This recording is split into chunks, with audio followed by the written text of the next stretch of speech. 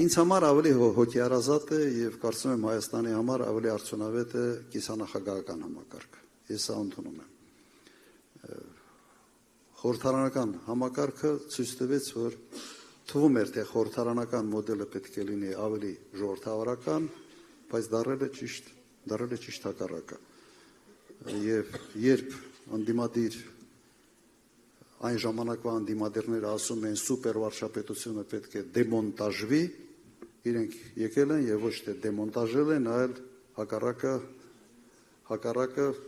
մի բան էլ ավելի ամրացրել են այդ մոդելը։ Բայց սա մի քիչ զգայուն հարց է եւ այս հարցի շուրջ ուղղակի պետք է ավելի լայն քննարկումներ մենք ունենանք։ Այն նախագահի պաշտոնը, որը կա այսօր, ինձ համար ընդհանրապես հասկանալի չի։ Ով գա նախագահ կամ պաղպաղակա ուտելու երեխաների հետ, կամ դաշնամուր է նվագելու ինչ որ միտեղ,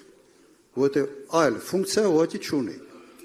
Բայց այդ նույն նախագահը ունի մոտ 100 քանի 130 թե 140 հոգի աշխատակազմ, որոնք նստած են լուրջ դեմքերով իբրև ինչ որ բան են անում։ Թե ինչ են անում, չգիտեմ։